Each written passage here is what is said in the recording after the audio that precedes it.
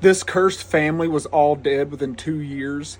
Now, this is the case of Brian Schaefer. You guys have probably only heard his name in true crime discussions, and it's a really haunting disappearance.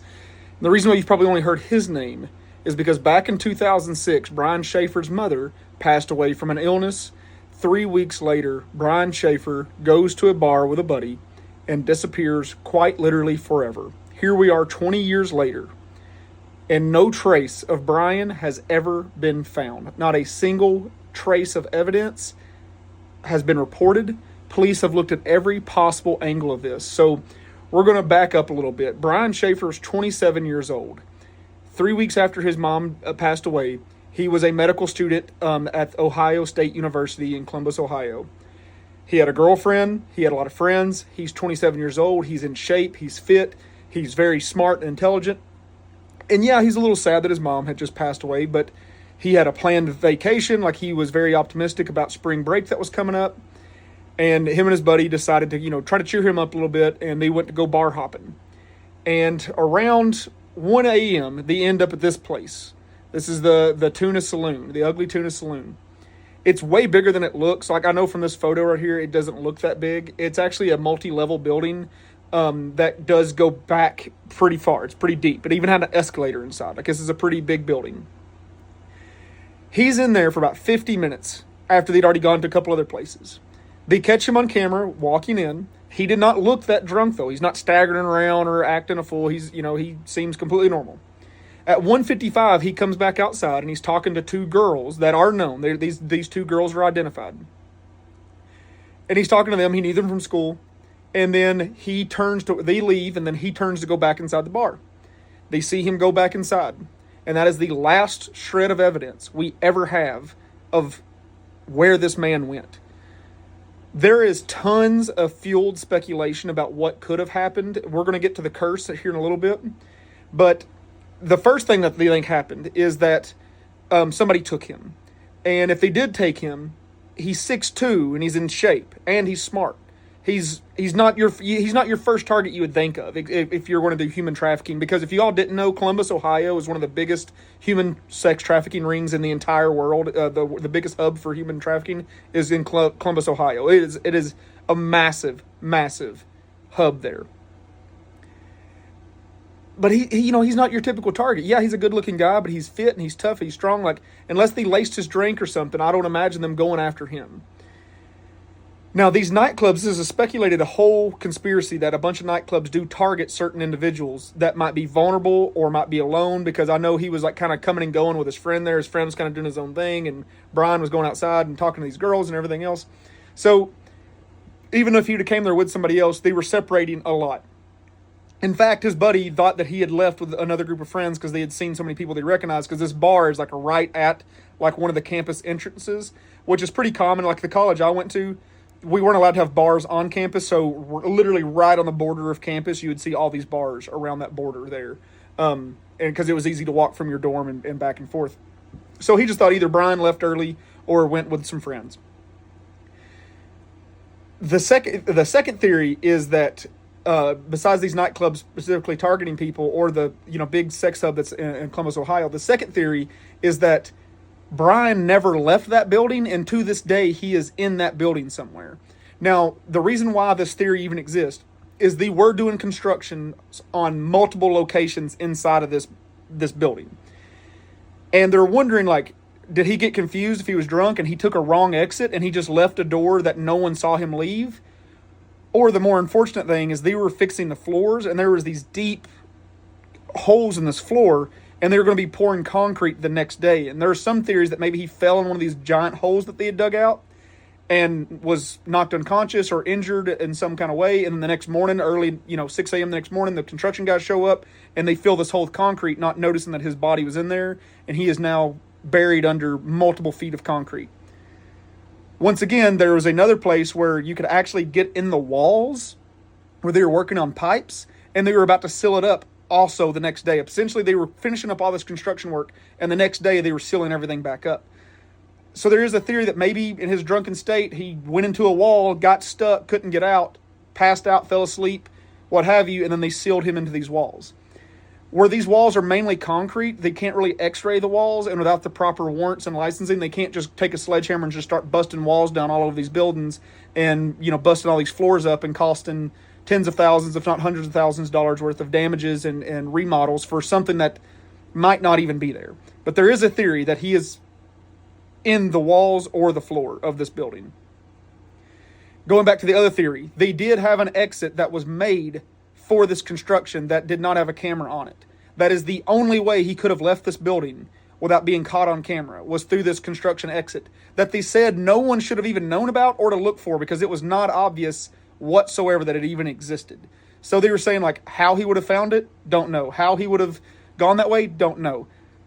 Circle back to the theory of these nightclubs might be human trafficking people. This would be a perfect place for them to knowingly be able to come and go, because if they're there all day, every day, and this construction had been going on for weeks, they would know, hey, we can go out that door and there's not any cameras on it. Because both the rear camera and the front camera never saw him leave this building.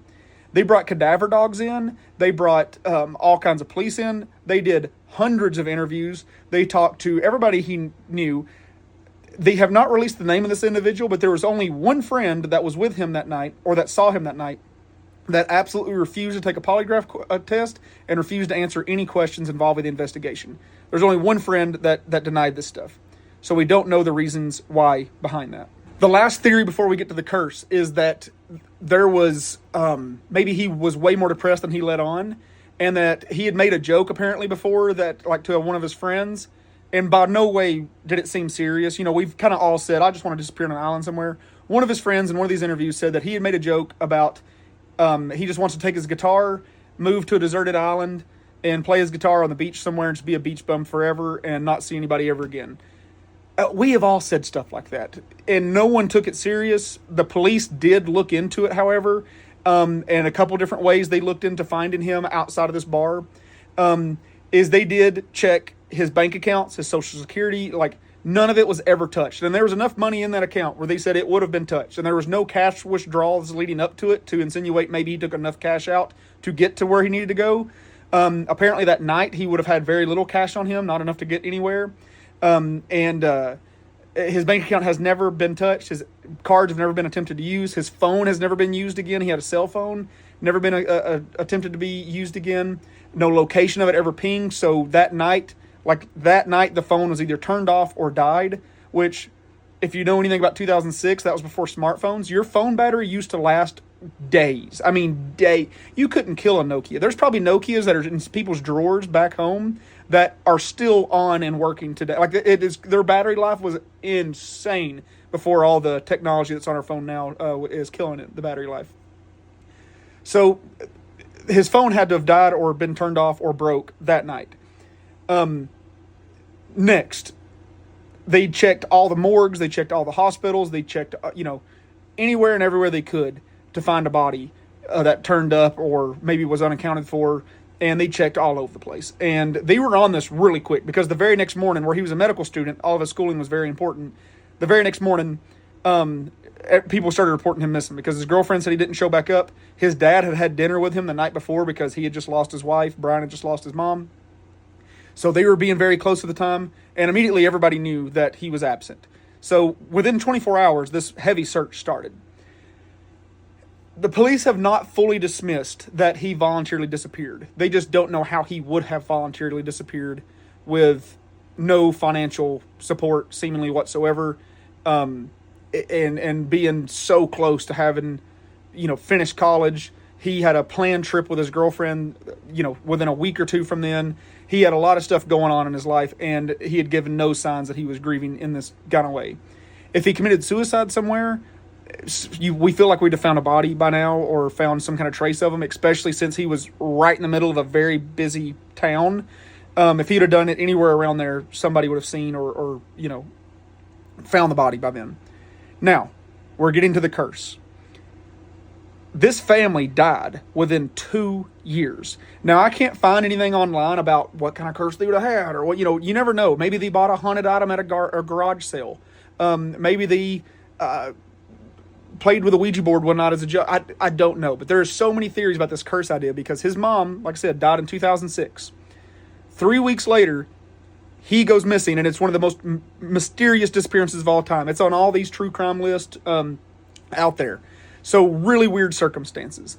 The dad in 2008, so it was only like a year and a half later at this point, in 2008, he got killed by being struck by a tree branch. Like a tree branch fell out of a tree, hit him, and killed him.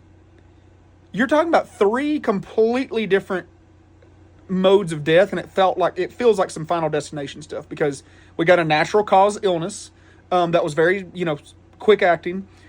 She was not that old when she passed away.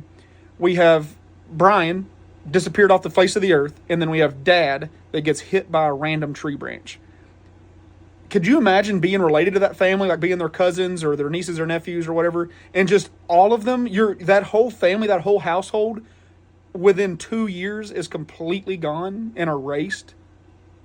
This was a very successful, like, well-to-do family as well. Like, this wasn't just like a nobodies or people that were in trouble or always, they weren't living a crazy lifestyle where you would expect, like, oh, something might happen to them. Like, they weren't ruffians or, living on the edge of the law or anything. These are three completely normal people that had no signs that their lives were going to be over, and all of them ended in separate instances, only 2 years apart from each other. Like, that is wild. To throw that in perspective, the most famous cursed family that died within a few years was the Bell family from the Bell Witch stuff.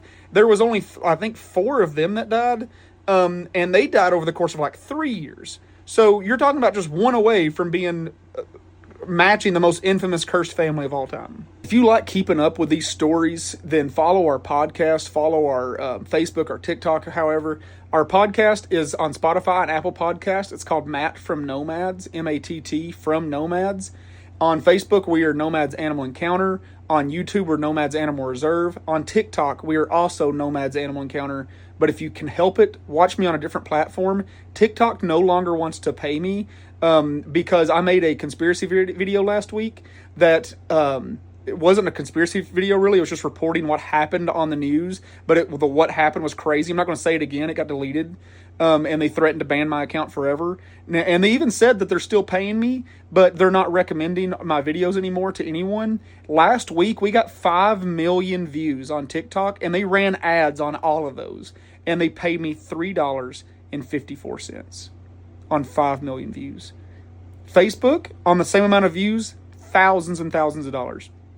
So TikTok can quite literally go and shove it up their ass.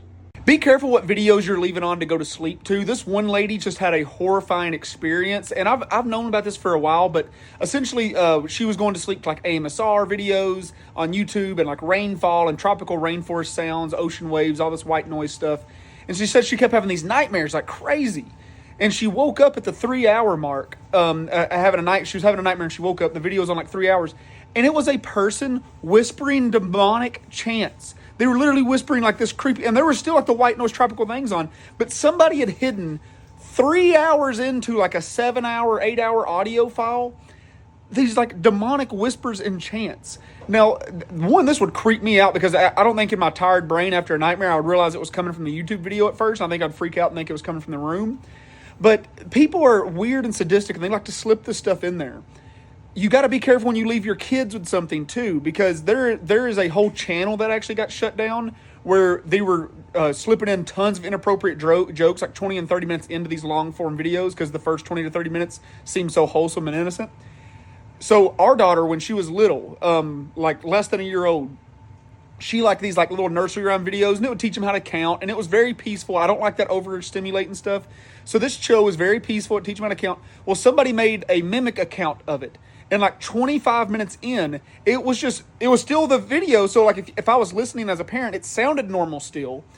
But they were showing photos of people who had been blown up in World War II and pictures of the Holocaust and like tons of just really dark imagery. And they're just like standing on the screen holding up these photos of all this awful stuff while they're playing like Gullah Gullah Island in the background. And I was like, whoa, luckily she had fallen asleep and didn't see this stuff, but it's just, there's so much stuff that is after you subliminally right now in like flash imageries. There was another show that we were watching with her like 2 years later when she was like 3 or 4. And it was like this dance cute video. So we're like dancing in the living room, having fun with her. And all of a sudden I look over at the dance video And once again, they're showing up like it would just blink it real fast. This awful Momo demon thing. It was crazy. And so you never know what's out there, And I know people have known about this for a while, but that lady's story was so great, I had to come on here and share it real quick. Tonight, I'm at the Haunted Ritz Theater in Shawnee, Oklahoma, and they've actually invited me to spend the night up in the lighting booth tower, which is the most haunted place in this area.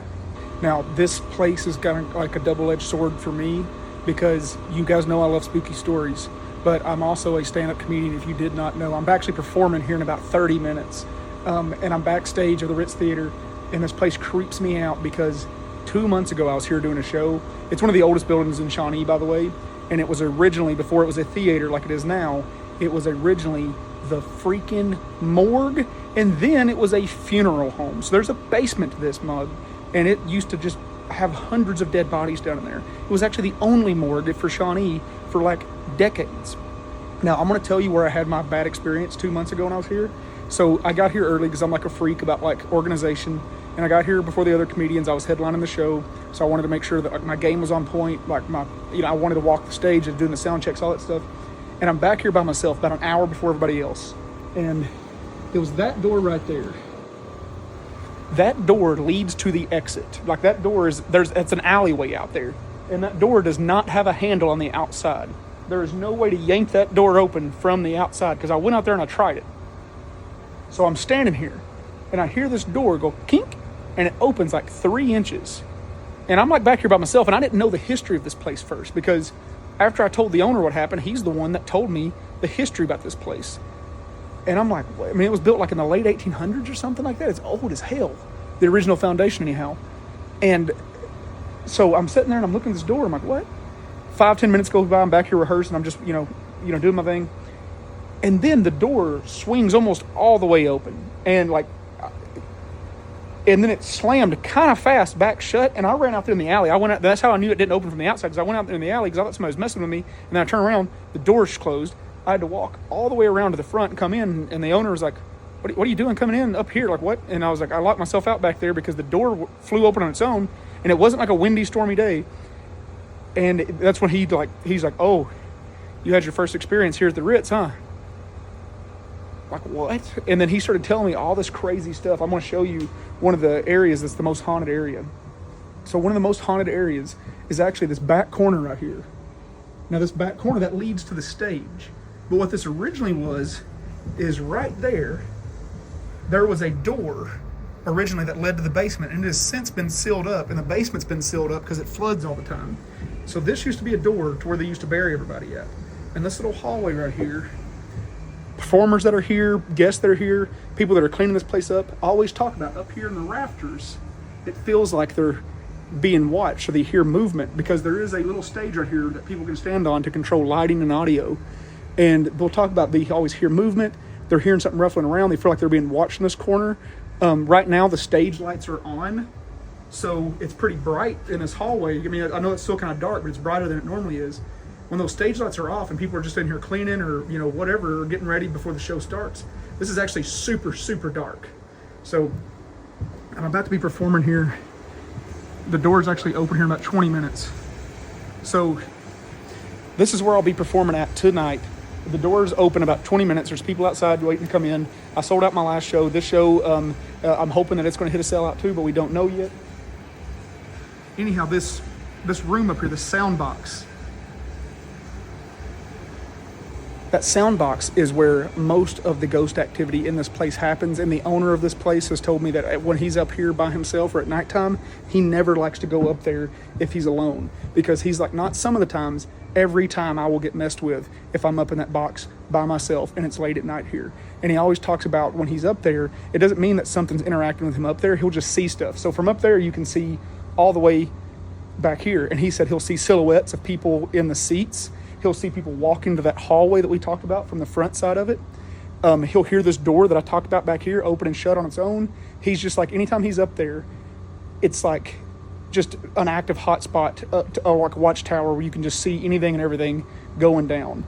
And I was like, well, have you ever had anybody in here to investigate? And he said, yes, multiple paranormal groups have actually been here to investigate, and they've actually invited me back to spend the night here.